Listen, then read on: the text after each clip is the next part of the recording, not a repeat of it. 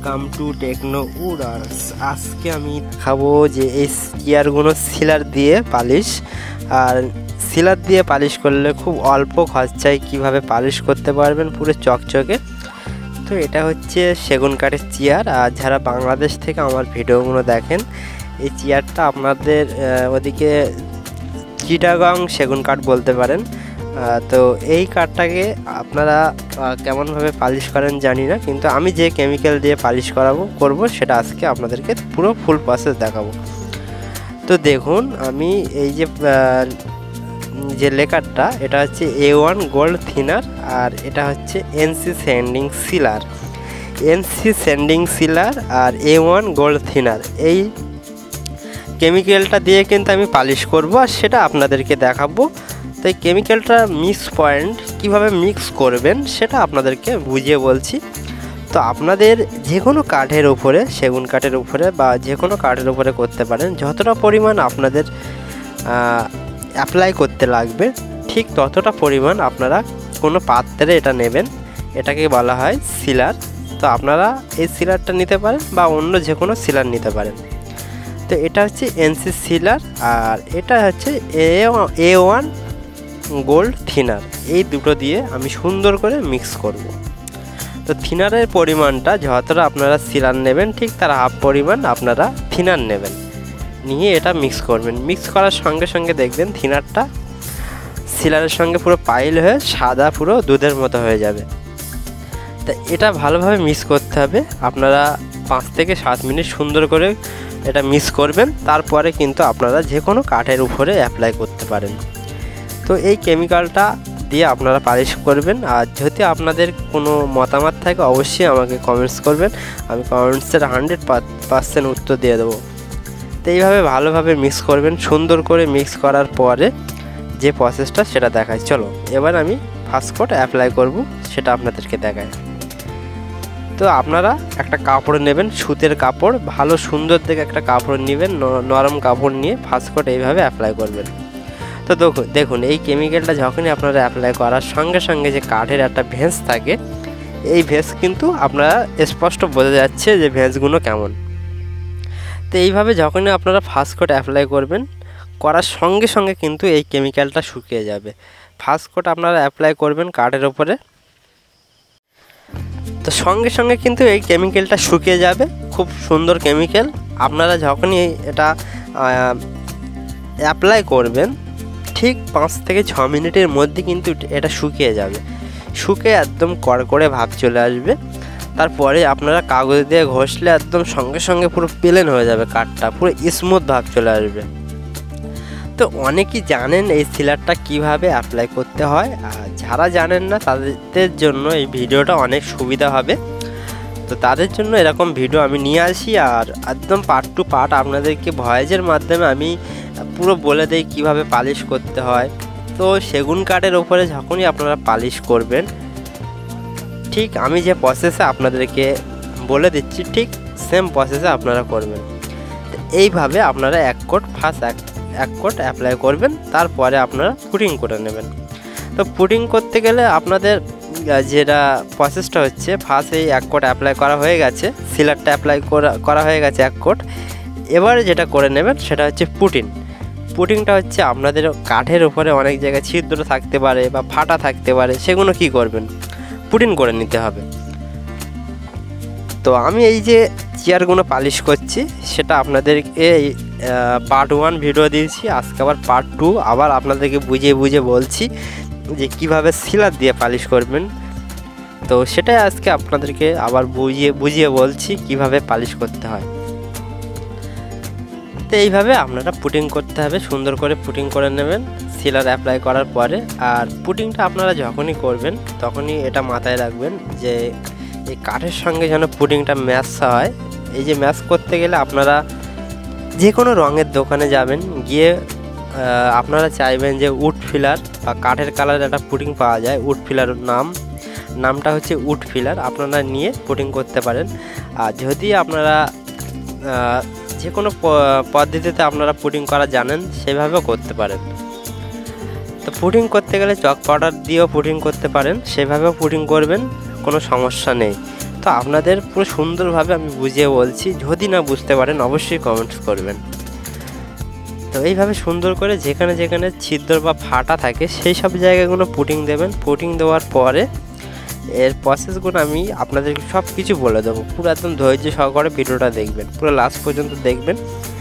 আর এই কাঠটাকে আমি কত সুন্দর গ্লেজ নিয়ে আসি, পুরো চকচকে কাঁচের মতো গ্লেজ নিয়ে আসবো, আর সেটা আপনাদেরকে পুরো সম্পূর্ণ প্রসেস ভয়েজের মাধ্যমে আমি আপনাদেরকে বলে দিচ্ছি।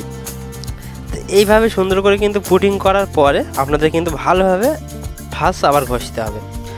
তো এইভাবে পুটিং করার পরে কিন্তু ঘষার যে প্রসেসটা, 120 নম্বর ওয়াটারপ্রুফ কাগজ, এটা আপনারা রঙের দোকানে পেয়ে যাবেন, যে কোনো রঙের দোকানে পেয়ে যাবেন।